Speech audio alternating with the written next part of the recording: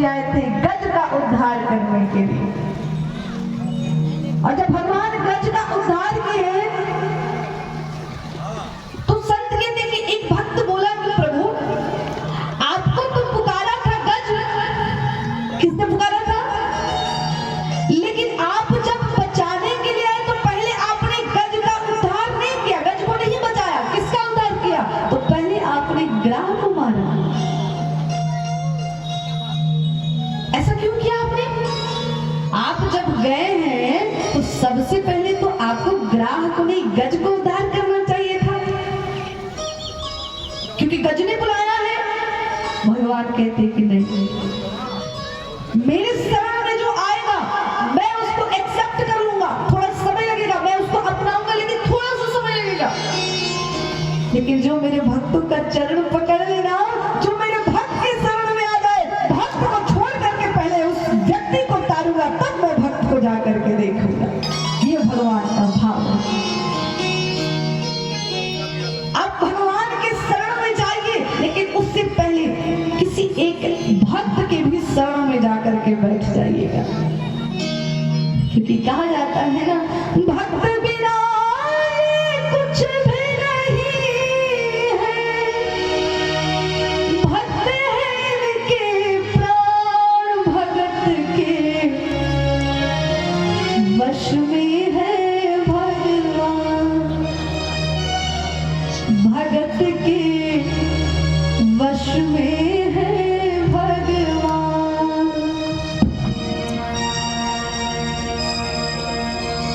संसार में अगर कोई भगवान को अपने वश में कर सकता है तो वो एक होता है भक्त। भक्त के सिवाय दूसरा कोई नहीं भगवान को वश में कर सकता है। भगवान ने भी कहा है, ज्ञानी और भक्त में लड़ाई हुई तो ज्ञानी भक्त दोनों पूछने गए भगवान से कि प्रभु आप सबसे ज्यादा किसको मानते हैं? भगवान ने कहा कि ज्ञानी तो मेरी आत्मा है। तो भक्त बोला कि तब भक्त क्या है? भगवान बोले ज्ञानी मेरी आत्मा है, लेकिन भक्त मेरा परमात्मा है, इसलिए मैं भक्त को सदैव ऊपर रखता हूँ और सब पूजनीय मानता। भक्त जैसा मेरा कोई नहीं। दुनिया एक तरफ और भक्त एक तरफ। ठाकुर जी ऐसी ऐसी लीलाएं किए हैं भक्तों के लिए कि भक्तों के चप्पल, भक्तों के खड़ाओं को भी भगवान ने अपने सिर पर रख करके ऐसे बगल में दबा करके चले। पितामह भीष्म एक बार पांडव और कौरवों में जब युद्ध होने वाला था तो कौरव जाकर के पितामह भीष्म से बोले कि महाराज आप हम लोग की तरफ है, फिर भी आप अच्छा काम नहीं करे, किसी भी पांडव को आपने नहीं मारा, और आपके भुजाओं में ऐसा तो है नहीं कि इतना शक्ति नहीं है कि आप किसी पांडव को मार ना सके। एक किसी पांडव को मारिए, नहीं तो नहीं समझेंगे कि आप हमारी तरफ है। पितामह भीष्म ने कहा कि ठीक है, कल प्रातः काल अपनी पत्नी को भेज देना, मैं प्रतिज्ञा लेता हूं कि तुम्हारे ओर से मैं लड़ूंगा और किसी एक पांडव का कल मैं वध कर दूंगा। बस एक काम करना, कल प्रातः काल अपनी पत्नी को तुम भेज देना मेरे पास सुबह 4 बजे। पितामह भीष्म की ये बात सुन करके दुर्योधन गया, पत्नी से बोल दिया। इधर भगवान को ये सारी बात सुनाई दे रही है। भगवान देख रहे हैं कि अर्जुन तो निश्चिंत होकर सोया है। क्यों? क्योंकि अर्जुन भक्त है, और भक्त के बारे में तो क्या कहना मेरा। अगर भगवान पर विश्वास हो जाए तो भक्त निधड़क होकर के सोता है। अर्जुन सो रहे हैं। भगवान सोचे अब क्या होगा अगर अर्जुन नहीं जगा। अर्जुन को तो कुछ पता नहीं, मुझे तो पता है ना। भगवान ने तुरंत द्रौपदी को लेकर के द्रौपदी को आवाज लगाई, चलो द्रौपदी मेरे साथ चलो।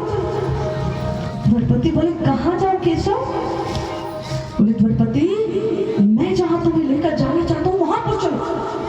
द्रौपदी जाने लगी। द्रौपदी जब चलती तो द्रौपदी के खड़ाऊ बजते। भगवान ने सोचा जो अगर खड़ाऊ बजे, अगर कोई जान गया तो मेरा कार्य सफल नहीं होगा। द्रौपदी अपने खड़ाऊ को निकालो। द्रौपदी के खड़ाऊ को निकाल करके भगवान ने अपनी बगल में जा लिया, दबा लिया, बगल में दबा लिया। द्रौपदी बोले क्या हुआ केशव, ऐसा क्यों? बोले चलो ना तुम पहले चलो। पितामह भीष्म के क्या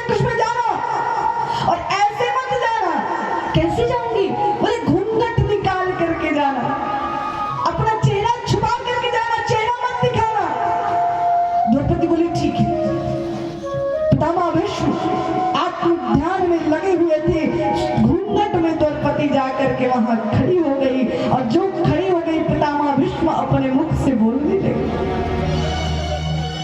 कि मैंने प्रतिज्ञा लिया है। सो चरण छू करके द्रौपदी जब चरण छुई तो पितामह भीष्म ने आशीर्वाद दिया कि हे बधू, हे बालिके, अखंड सौभाग्यवती भव। पितामह भीष्म ने क्या आशीर्वाद दिया? अखंड सौभाग्यवती भव। द्रौपदी ने घूंघट को उठा लिया। घूंघट उठाया तो पितामह भीष्म ठंड हो गए, शांत हो गए। पितामह भीष्म बोले बोले हाँ महाराज, हम ही यहाँ खड़े हैं, लेकिन हमने ऐसा सुना है कि संतों का श्राप और संतों का आशीर्वाद दोनों लगता है, प्रतिज्ञा भी लगता है। तो एक बात बताइए, आपने प्रतिज्ञा लिया है कि पांचों पांडवों में से एक किसी पांडव को मैं मार दूंगा, और अभी आपने आशीर्वाद दिया है कि अखंड सौभाग्यवती हो। तो महाराज, मेरे तो पांचों पति हैं, आप किसको खत्म करेंगे और आपका आशीर्वाद किसको लगेगा? हमें इसका ज्ञान दीजिए। आपने प्रतिज्ञा भी किया कि पांचों पांडवों में से किसी को खत्म करूंगा, और अभी आपने मुझे आशीर्वाद भी दे दिया। पितामह भीष्म बोले कि द्रौपदी, जाओ अपने पांचों पतियों से कह दो कि उनके बस की बात नहीं थी। हमें भी पता है कि ये पीछे से कौन चक्र चला करके खेल खेल रहा है। ये तुम्हारी बुद्धि नहीं है। कहते हैं जहां भक्त की बुद्धि खत्म होती है, वहीं से भगवान की बुद्धि शुरू हो जाती है।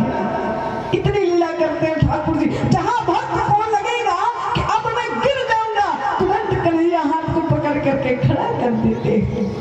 तू गिरेगा नहीं, लेकिन विश्वास तो करे कोई। कहते हैं ना बात, अरे पकड़ लो हाथ गिरधारी, नहीं तो डूब जाएंगे।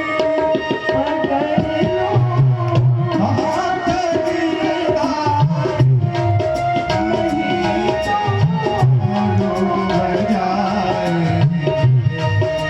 हमारा कुछ न बिगड़ेगा, हमारा कुछ न बिगड़ेगा, तुम्हारी लाज जाए।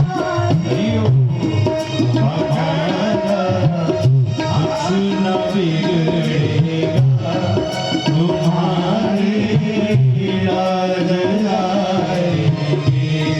पकड़ लो हाथ बनवारी, नहीं तो डूब जाएंगे। पकड़ लो हाथ बनवारी, नहीं तो डूब जाएंगे। गाइए, सभी लोग गाइए प्रेम से।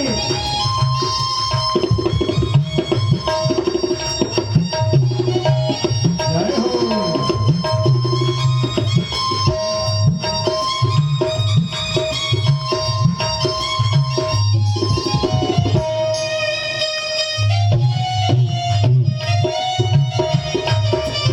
प्रेम से।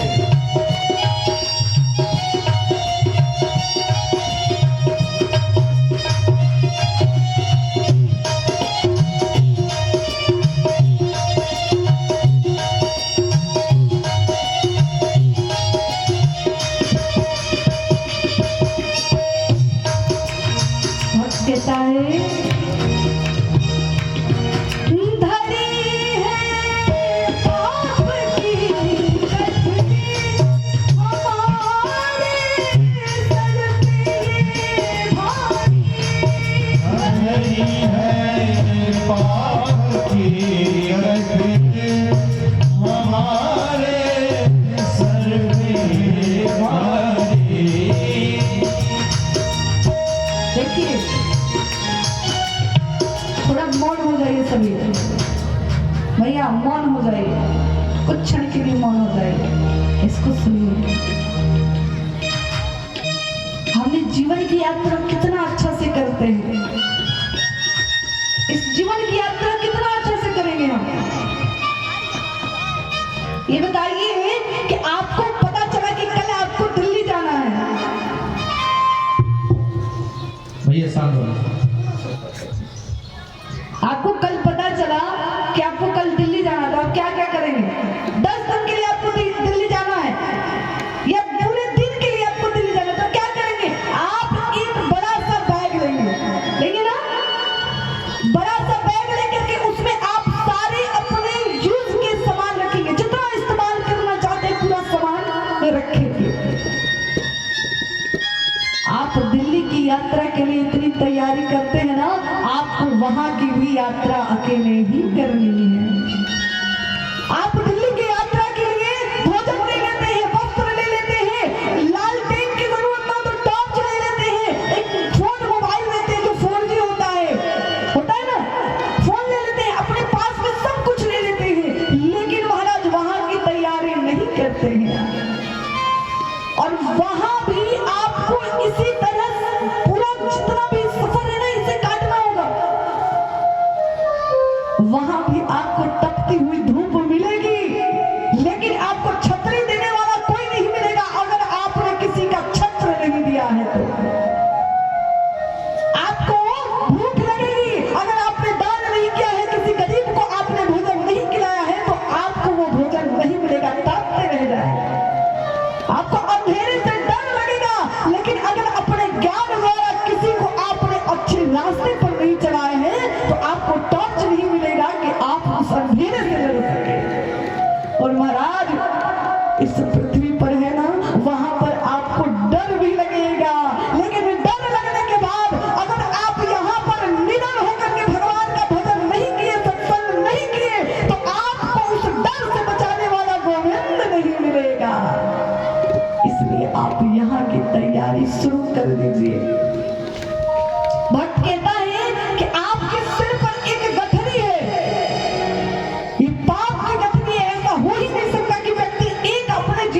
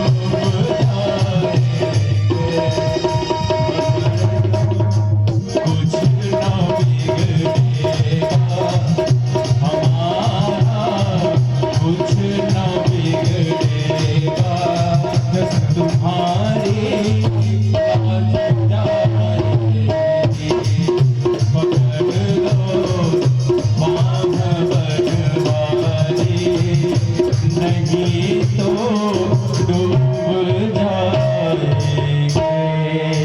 सभी लोग बैठ जाएं, सभी लोग बैठ जाएं। हमारे कमेटी के लोग जाएंगे आपके पास। सभी लोग बैठ जाएं। जो चावल लिया है आंचल में बांध को बैठ जाए, बताया जाएगा एक बार पूछ के। सभी लोग आप सभी लोग बैठ जाएं।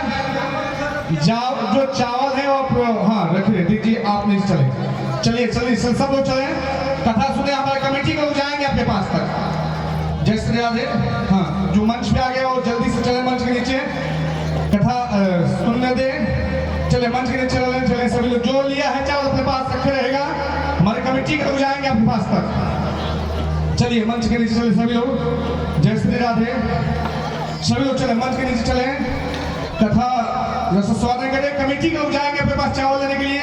आप थोड़ा सा रख दीजिएगा। जय श्री राधे।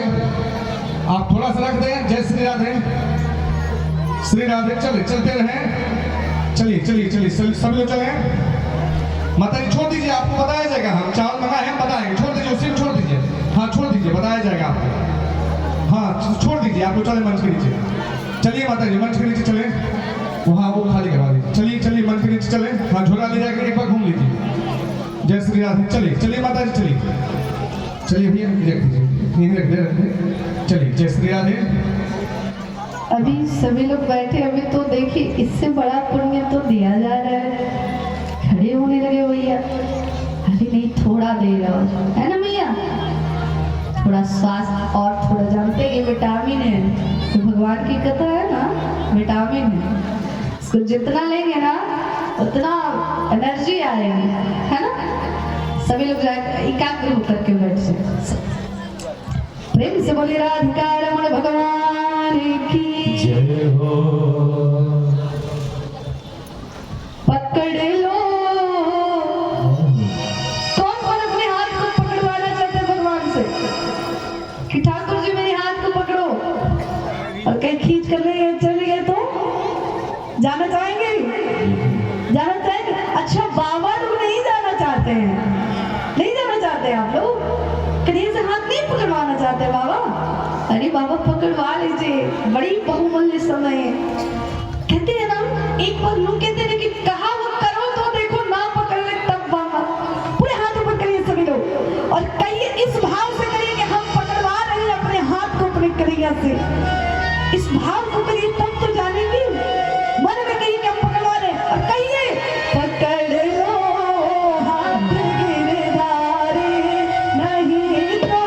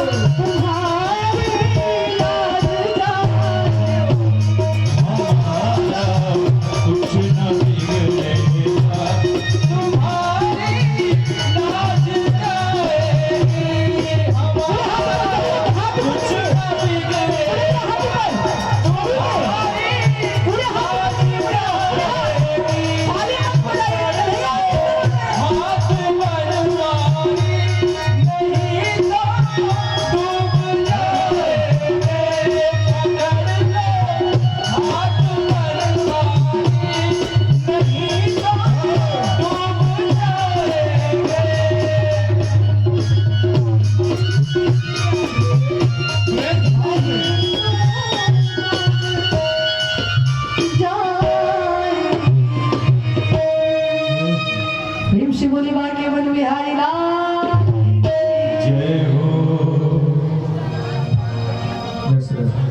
देखिए ये पंडित जी हमारे जाएंगे आपके पास। जो चावल लाए हैं अधिक ना, एक मुट्ठी चावल डाल दीजिएगा उनके झोली में, ताकि वो यहीं से प्रसाद मिलेगा। एक जो अधिक लाए हैं वो भंडारा गिरी में दे दीजिएगा, ताकि आपका भंडारा वहां लग जाए। बाकी एक मुट्ठी चावल निकाल कर वो झोली में डाल दीजिएगा, और जो भी आपको श्रद्धा से रक्षा देना है उनको झोली में दे दीजिएगा, अन्यथा प्रणाम कर लीजिएगा। यहाँ से वही प्रसाद मिलेगा। जय श्री राम।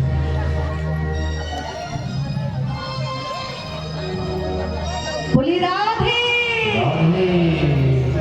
नहीं, काम ऐसे सिर झुकाने से नहीं होगा, बोलना पड़ेगा राधे राधे। राधे। हमारा कुछ ना बिगड़ेगा। किसकी लाज जाएगी? प्रभु की। क्यों? अच्छा बताइए क्यों लाज जाएगी? क्योंकि हमने आपको सब कुछ अर्पण कर दिया है। हम जानते हैं आप मालिक हैं और हम आपके पुजारी हैं। भगवान सबकी रक्षा किए, भक्तों को पहले उद्धार किए मथुरा में। भगवान ने धनुष को भंग किया। धनुष भंग करने के उपरांत भगवान ने पुष्टिक और चाण भाई जी जो जहाँ है वहीं बैठ जाएंगे, कोई मंच पर नहीं आएगा। जा रहे हैं पंडित जी चावल अक्षत लेने के लिए, आपको फिर बुलाया जाएगा यहाँ से प्रसाद, चावल के प्रसाद लेने के लिए। बस 5-10 मिनट में चावल आ जाए, भोग लग जाए, भगवान को ही प्रसाद आपको दिया जाए। जो जहाँ वहीं बैठ जाए, चावल एक मुट्ठी दीजिएगा, जो दक्षिणा देना है इसी में डाल दीजिएगा। आपका प्रसाद जो है वहां से ले लिया जाएगा, यहाँ से भोग लगेगा, समस्त उसका भोग लग के और जो है वो आपको भोग के रूप में दिया जाएगा यहाँ से। अभी थोड़ी देर में मिलेगा, आप लोग अभी प्रसंग को श्रवण करिए। अभी थोड़ी देर में यहाँ बैठ जाइए, बस कुछ सेकंड, कुछ घंटा। बोली राधे रानी की जय हो। देखिए भगवान ने, चलिए संक्षिप्त में प्रसंग को श्रवण करते हैं। भगवान ने पहलवानों का युद्ध करके एक सुंदर जो कि मतवाला हाथी था उसको भी वध किया भगवान ने। कंस का वध उद्धार किया और कंस का उद्धार करके भगवान ने माता पिता देवकी वासुदेव को निर्मुक्त करके उग्रसेन को राजा बना दिया। जरासंध को भगवान ने 17 बार हराया। 18वीं बार भगवान ने जरासंध को सर्वस्व को दे करके वहां से भगवान ने द्वारिकापुरी में पूरे मथुरा वासियों को लेकर के द्वारिकापुरी में चले। द्वारिकापुरी में भगवान वास किए। द्वारिका में भगवान के सुदेव बाबा कहते कि राजा द्वारिका में जाकर के द्वारिका के राजा बन गए भगवान कृष्ण। और भगवान की 16,108 रानियां हुई। कितनी हुई बताइए? भगवान का विवाह जो हुआ था 16,101 साथ हुआ था। एक साथ ही इतनी सारी कन्याओं के साथ विवाह हुआ और 8 कन्याओं से भगवान का विवाह भिन्न भिन्न तरीकों से हुआ। देखिए भैया आप सुनिए, अब जो प्रसंग श्रवण करने वाले हैं आप लोग उसको एकाग्र होकर के सुनिए, मौन हो जाएगा। जो बोल रहा है उसको भी चुप करा दीजिए, क्योंकि अब अगर बोलेंगे तो सिर पे पाप चढ़ेगा, ना सुनेंगे ध्यान से तो पाप चढ़ जाएगा। इसलिए आप थोड़ा सा मौन हो जाइए। आप लोग बताइए कि चींटी का आवाज आप लोग सुने हैं? चींटी का आवाज कौन कौन सुना है? नहीं सुना है ना? क्योंकि मैं बोलती हूँ, आप लोग सुनिए, ध्यान से सुनिएगा। नई आवाज आएगी तो फिर मुझे दोष मत दीजिएगा। सुनाई दिया? दिया सुनाई? नहीं दिया? दिया? और आप लोग को दिया चींटी की आवाज सुनाई? नहीं दिया? नहीं दिया? अभी सुनाई देगी। आप लोग शांत रहिए, आवाज अपने आप चली जाएगी। बोले राधे राधे की। जय हो। भगवान कृष्ण के 16,108 रानियां थी। 16,000 भगवान ने भौमासुर का वध करके 16,100 रानियों के साथ विवाह किया। और 8 रानियों में बड़ी रानी थी रुक्मणी जी, उनसे छोटी थी जामवंती, उनसे छोटी थी सत्यभामा, उनसे छोटी थी कालिंदी, उनसे छोटी थी सत्या, उनसे छोटी थी लक्ष्मणा, उनसे छोटी थी मित्रवृंदा और सबसे छोटी थी भद्रा। भगवान की 8 पत्नियां हुई, रुक्मणी, जामवंती, सत्यभामा, कालिंदी, सत्यवती, मित्रवृंदा, लक्ष्मणा और भद्रा। 8 पत्नियां भगवान भगवान की ऐसी है। समय के अभाव के कारण इनका विवाह इनके साथ कैसे हुआ, बड़ी सुंदर प्रसंग है इन सबका, लेकिन अभी हम लोग संक्षिप्त में ही श्रवण करेंगे। कभी कृपा हुई तो श्रवण करेंगे विस्तार से। प्रेम से बोले श्री द्वारिकानाथ भगवान की। भगवान द्वारिका के राजा बन करके बड़ी विस्तृत रूप से अपने घर महल में रहते थे। भगवान देखिए कि सब कुछ तो बढ़िया चल ही रहा है, लेकिन उनके जो बच्चे हैं, बच्चों का जो है आदर्श बड़ा इधर उधर डगमगा रहा था। भगवान के 10 पुत्र और 1 पुत्रियां थी, प्रत्येक रानियों से 10 पुत्र और 1 पुत्री, जिसके कारण भगवान का यदुवंश जो परिवार था 56 करोड़ यदुवंशी थे। 56 करोड़ यदुवंशियों के साथ भगवान रहते थे। इतने बड़े परिवार में बच्चों को बड़ा समझाते, लेकिन बच्चे उत्पात थे उनके। ठाकुर जी सुखदेव बाबा राजा परीक्षित से कहते हैं कि राजन, भगवान बहुतों पर कृपा करते आए और सबका कल्याण करते ही सबको देखे थे। परीक्षित ने पूछा कि महाराज, जब से कथा चल रही है हम एक ही बात सुन रहे हैं, दीन बंधु दीनानाथ, जो भी कह रहे बस यही कह रहे, दीन बंधु दीनानाथ शरणागत लीजिए, दीनहीन जान मोही अपना बना लीजिए। तो आखिर ये दीनहीन कौन, किसकी दीनों की, कौन से ऐसे दीनों की भगवान ने रक्षा की? कहते हैं कि राजन, भगवान का परम मित्र था सुदामा। सुदामा जी जो कि भगवान के परम मित्र थे। सुदामा जो है ना, सुदामा वही नहीं है, सुदामा पृथ्वी का हर एक मनुष्य है। ये सुदामा जी जो है महाराज, ये कहानियों के द्वारा उनका ये स्वरूप बनाया गया। भगवान के परम मित्र है सुदामा, और आज सुदामा ऐसे स्थिति में है मानो कि जैसे दरिद्र हो। सुदामा जी के मनोदर्पण से दरिद्र नहीं है, कहते हैं कि उनकी पत्नी का भावना है कि हम दरिद्र की भांति रह रहे हैं, लेकिन सुदामा जी का कहना है कि दरिद्र वो होता है जिसके पास भगवान की भक्ति नहीं होती है। दरिद्र वो कभी नहीं होता जो भगवान की भक्ति के साथ रहता। दरिद्र उसको कह सकते हैं जो भगवान का भक्त ना हो, क्योंकि महाराज जिसके पास ठाकुर जी के नाम का धन है, उसको और धन की क्या आवश्यकता है? हमारो धन राधा श्री राधा श्री राधा। धन तो एक नाम है। सुदामा जी कहते हैं कि मेरे पास जो अनमोल धन है, मुझे यही बहुत है। देखिए, एक माँ बाप का धन क्या होता है? माँ बाप का धन क्या होता है? उसकी औलाद, उसका पुत्र। माँ बाप का परम धन वही है, उसका औलाद। कहीं भी जाएंगे तो उसके लिए बहुत चिंतित रहेंगे। आज के युवकों को समझ में नहीं आ रहा अपने टाइम को कहाँ देना है। आज के बच्चे ये नहीं जान पाते। आप युवकों से एक बात कहूंगी कि बहुत से ऐसे लड़के हैं, बहुत से ऐसे युवक हैं जो कि माँ बाप की आंखों में धूल झोंक रहे हैं। जब बचपन की स्थिति में जब बच्चा माँ बाप भेजते पढ़ने के लिए और बेटा वो सिगरेट फूंकने लगे, गांजा बीड़ी पीने लगे, तो मात्र वो गांजा बीड़ी नहीं पीता है, माँ बाप के अरमानों को पी जाता है। ना जाने आपसे कितनी बहुत सबकी अपेक्षाएं जुड़ी हुई हैं, और ये गंदगी को जब आप अपने मुख में लगाते हैं, सबसे बड़ा और सबसे अन्याय का काम तो आप उनके साथ करते हैं जो कि आपसे जुड़े हुए हैं। सुदामा जी का धन न पुत्र था, न पुत्री, न पत्नी। सुदामा जी का धन एक ही था, भगवान का नाम। बड़ी धनवान थे।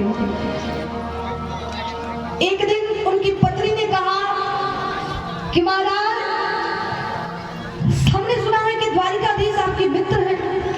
आप क्यों नहीं अपने मित्र के पास जाते हैं?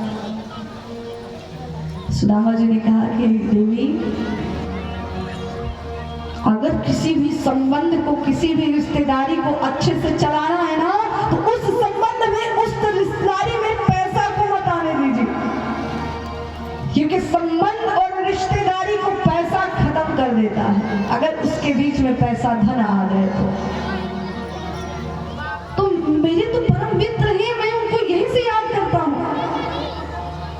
सुदामा जी की पत्नी जान गई कि ये जाएंगे नहीं मेरे कहने से। सुदामा जी नाना प्रकार के ज्ञान अपनी पत्नी को देने लगे। कह रहे पगली, किस धन के लिए तू इतना व्याकुल है? क्या तुझको पता नहीं है कि ये धन किसी के साथ नहीं जाएगा? एक न एक दिन सबको जाना है। धन है तो भी ठीक, नहीं धन है तो भी ठीक। सुदामा जी की पत्नी बोली, आपको ये बात चल सकता है, लेकिन एक माँ अपने बच्चों को कभी भूखे नहीं देख सकती। और मैंने नित्य प्रति यही देखा है कि मेरे बच्चे भूखे रह रहे। एक दिन इनका मित्र आया तो बोला कि चलो राजा के दरबार में कुछ सुनाना। राजा के दरबार में सुनाने गए सुदामा जी, तो राजा की बड़ाई को छोड़ करके राजा की शिकायत गाने लगे और भगवान की बड़ाई गाने लगे, भगवान की प्रशंसा करने लगे कि प्रभु जैसा कोई नहीं है। और वास्तविक है महाराज, व्यक्ति को समझना चाहिए। अभी आप सभी लोग एकाग्र होकर बैठे श्रवण करेंगे। व्यक्ति को समझना चाहिए कि इस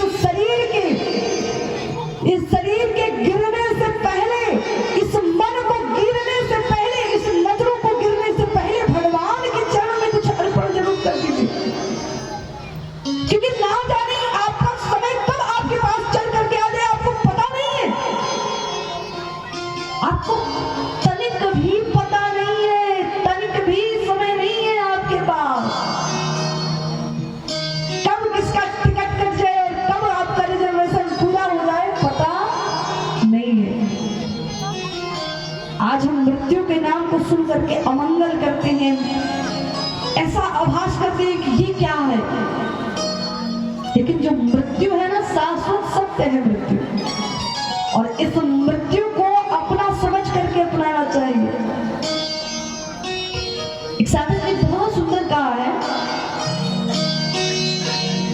अरे हम आँखी देखली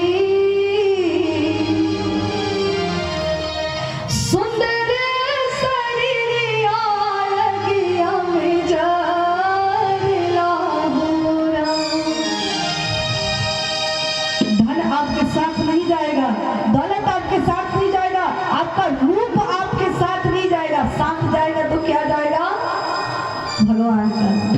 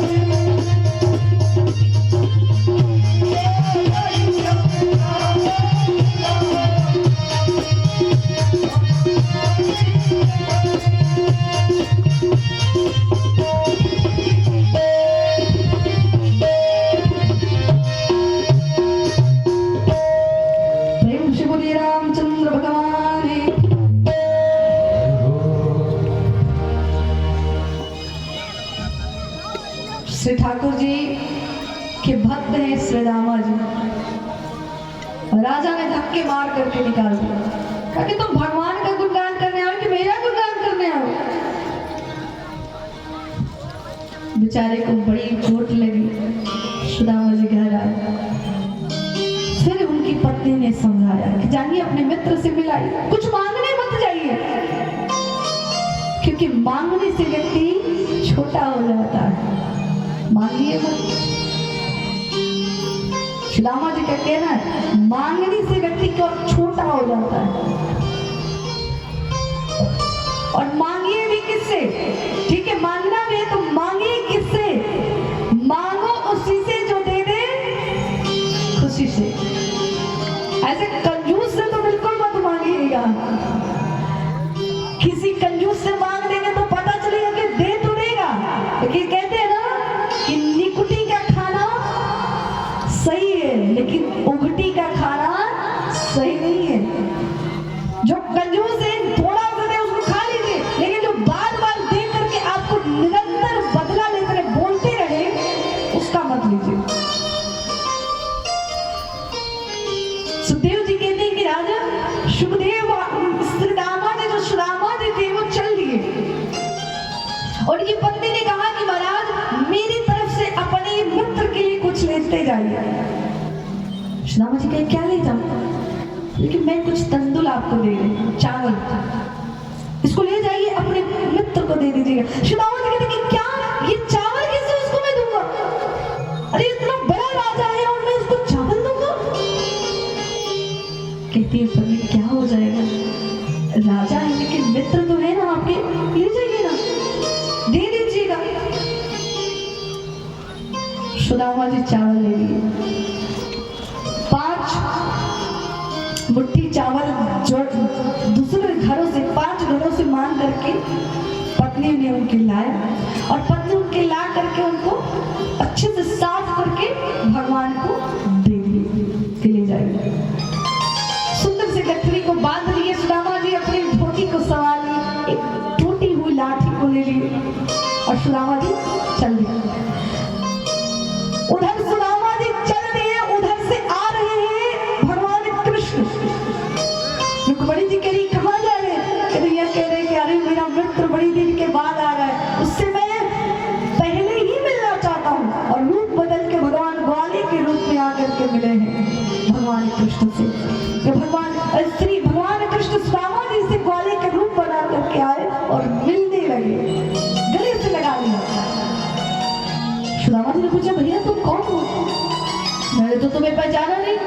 बोले महाराज हमने सोचा कि मेरे आप बड़े भाई हैं इसलिए मैंने आपको गले लगा लिया, लेकिन पता चला कि आप तो कोई और है।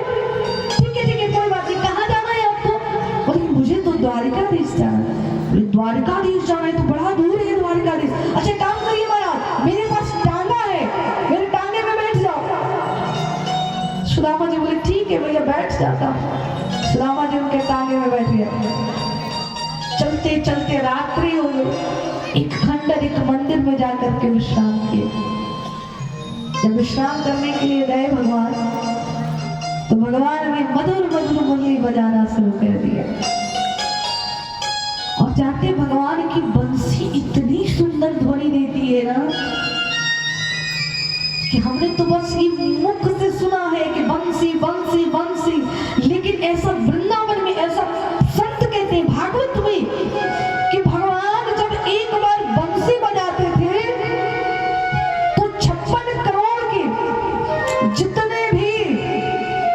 जितने भी यदुवंशी है सर्वस्व को त्याग करके भगवान के पास आते थे। और उनका तो छोड़िए, वृंदावन में भगवान जब गौओं के पास जीव जंतुओं के पास मुरली बजाने लगते थे तो जितने भी जीव पक्षी हैं सभी मुक्त होकर के भगवान के पास खड़े हो जाते थे।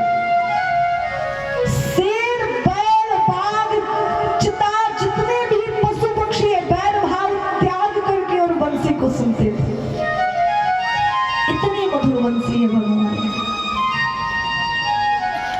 और कन्हैया के मुरली में भक्तों का नाम निकलता है। भगवान जब मुरली बजाने लगे तो सुदामा जी बोले कहते भैया किसकी याद आ रही है थारी को जो इतनी सुंदर मुरली बजा रहा है?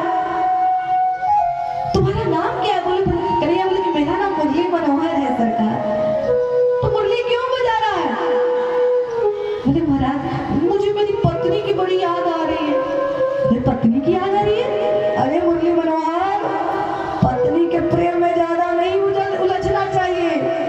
पत्नी को जानते हो कौन है? कौन है सुदामाजी? तो जो रहे पत्नी पति से तनी तनी, पति से तनी तनी और खत्म कर दे पति की मनी, उसको कहते हैं पत्नी। सुदामाजी कहते महाराज देखो, पत्नी से ज्यादा मत प्रेम करो, प्रेम करना है तो भगवान से करो। तो बड़ी भाव से कहते कृष्ण भगवान, अरे मैं हूँ मोरी लक्ष्मी जैसी सुंदर दुल्हनिया, दुल्हनिया बिनु रहा जाए ना। सुदामा जी कहते कि अरे तुम्हारी लक्ष्मी जैसी सुंदर हो या गौरी जैसी सुंदर हो, पत्नी से थोड़ा कम लगाव रखो। भगवान समझ गए कि ये मोह में फंसने वाला नहीं है। अर्थात आप जब भक्ति के मार्ग में चलेंगे तो बाधाएं बहुत आएंगी आपके पास, बहुत आएंगी। लोग कोई टोकेगा, कोई रोकेगा, कोई आपको भोगी बोलेगा, तो कोई आपको ढकोसला कह के पुकारेगा, नहीं तो बस घंटी बजाता है, ढोंग करता है, उसको आपको सुनना नहीं है। भक्ति में एक विषय का ध्यान दे, कभी भी आपके पास कोई आ जाए और कहे कि आप ढोंग कर रहे हैं, आप उसको सुनिए मत, आप उसको देख करके विचलित मत होइए। मन में इतना सोच के कि भगवान ये परीक्षा लेने के लिए भेज रहे हैं कि मैं कहीं डगमगा तो नहीं जाऊं। इसलिए मत सोचिए, कभी बोलने वाले को बोलने दीजिए। आप किसके लिए कर रहे हैं? संसार के लिए नहीं भक्ति की जाती, भक्ति किसके लिए की जाती है? भगवान के लिए। तो आप जैसा कर रहे हैं भगवान देख रहे हैं, भगवान के समझ में आप सुदामा जी चल दिए, आगे पथ पर गए। भगवान ने फिर परीक्षा ली। द्वारपालों ने वहां से सुदामा जी को दुत्कार दिया, कहा कि तुम जैसे गरीब और तुम जैसा ऐसे दरिद्र ब्राह्मण द्वारिकाधीश का मित्र होगा, हो ही नहीं सकता। सुदामा जी ने कहा कि अरे द्वारपालों, जाकर के कहो तो उस कन्हैया से, उनका मित्र आया है, जाकर के कहो, वो जरूर आएंगे। द्वारपाल बोले कि तुम्हारे जैसे ऐसे गरीब की बात सुनते रहे, नहीं जाओ जाओ जाओ जाओ। एक मंत्री जाकर के कहा ठीक है महाराज, रुक के कहते हैं। भगवान से क्या कहने की? सुदामा जी इधर विनती कर रहे हैं, अरे द्वारपालो कन्हैया से कह दो, अरे द्वारपालो कन्हैया से कह दो, इधर पे सुदामा गरीबा गया है, इधर पे सुदामा गरीबा गया। भटकते भटकते न जाने कहाँ से, भटकते भटकते न जाने कहाँ से, तुम्हारे महल में करीबा गया है, तुम्हारे महल के करीब आ गया है, तुम्हारे महल के करीब आ गया है। जय हो श्री राधे।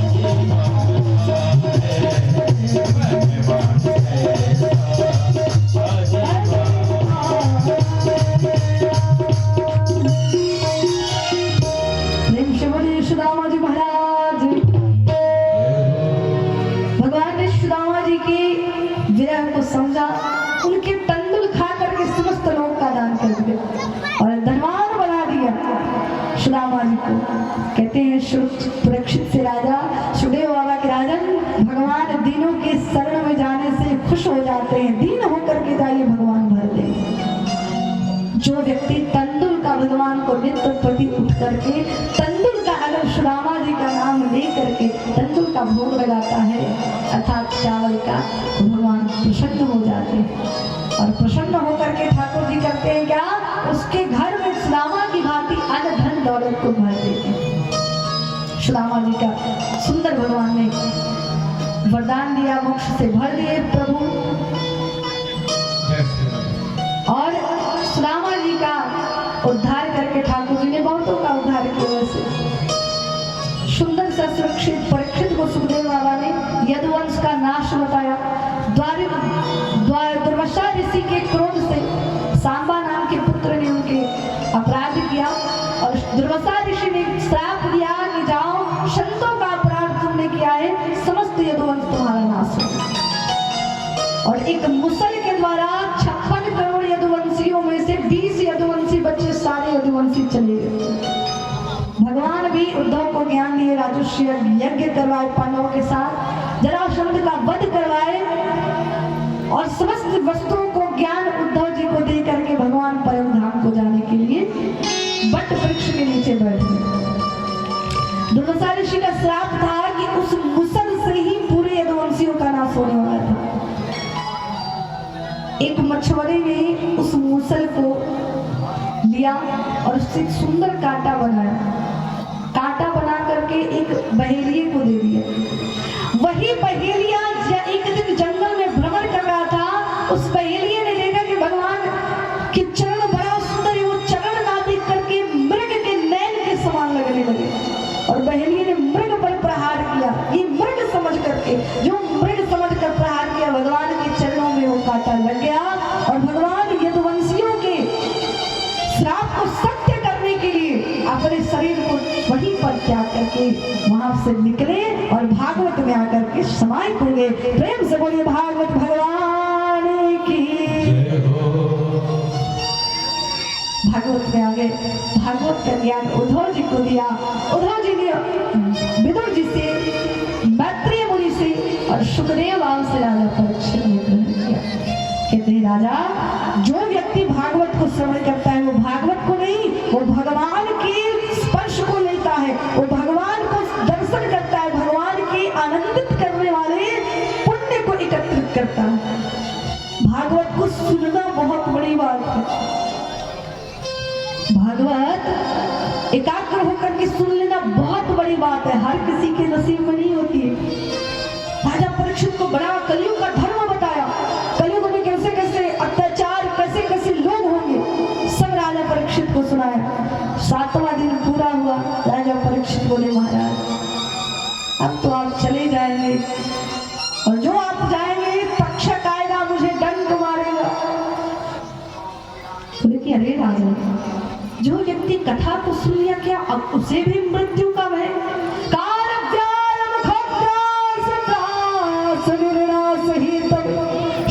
श्रीमद्भागवतम शास्त्रम कलौकीरेण भाषितम्। अरे ये तो कलयुग में काल को भी ग्रास करने वाला, काल को भी मृत्यु देने वाला है ये भागवत। जो भागवत श्रवण करने उसको काल नहीं छू सकता है। किस भय में हो? अरे किससे भय हो रहा है तुम्हें? ये भय को त्यागो। परीक्षित जी ने कहा कि महाराज अब तो मैं जाऊंगा तो सच। बोले अभी भी तुमको न रहे। अरे जो व्यक्ति भगवान को स्पर्श कर लिया उसको काल क्या छूए? निडर होकर के जाओ राजा। राजा परीक्षित निडर होकर चल दिए। अब सुनिए, सावधान हो जाइए सभी लोग, क्योंकि राजा परीक्षित की मोक्ष की कथा जो सावधान से नहीं सुनता उसका कभी भी भागवत सुनने के बाद कल्याण नहीं होता। मोक्ष की कथा को ध्यान से सुनो। सभी लोग एकाग्र हो जाएगा। श्री रामानुजाय नमः। हाथ जोड़ ले सभी लोग हाथ जोड़ ले। सुख मुद्रा में अर्थात सुख आसन में बैठ जाए और ध्यान से श्रवण करें इस कथा। राजा परीक्षित घर जब गए अंतःपुर में बैठ गए। जनमेजय ने कहा कि मेरे पिता को जीव रक्षा कर लेगा आए, उनके साथ सर्प भी आया। ऋषि को वरदान था कि जहां वो देख ले, जिस पर उसकी दृष्टि उनकी पड़ जाए, वो सर्प का विष खींच लेते थे। इतना तपस्या था उनके। ये तक्षक को पता चल गया, उस ऋषि के डंडे में प्रवेश करके वो आ गया।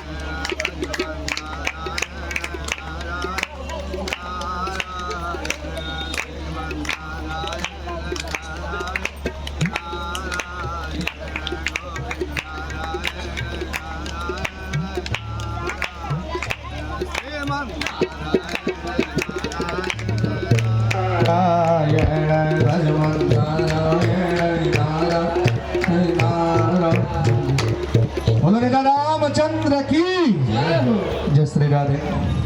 ध्यान दे सभी लोग, अभी 20 मिनट में समय है। भागवत महापुराण के ये विराम की तरफ हम लोग सब हैं। और चलिए, सभी जो लोग प्रसाद नहीं पाए वो जाकर के भंडारा में प्रसाद पा लेंगे। ये बार बार सूचित किया जा रहा है। और 1 मिनट के लिए सभी शांति हो जाएंगे, भागवत महापुराण हो जाएगा। इसके बाद सभी लोग मंच पे आएंगे, क्रमबद्ध लाइन से आएंगे। आज की जो प्रसाद होता है भगवान सुदामा जी के चावल होता है। क्योंकि देखिए, मैं चावल इसलिए सबसे मांगा था कि हर एक व्यक्ति घर पर चावल उपलब्ध होगा, और ये भगवान के भोग आज लगा है। तो जितना हो सके आवेंगे, अपना प्रणाम करेंगे और चावल लेकर निकल जाएंगे। जल्दी से ही आएंगे, बताया जाएगा। आइए भागवत महापुराण के विराम। प्रेम से बोलिए लक्ष्मी नारायण भगवान की जय हो। अभी मत उठिए।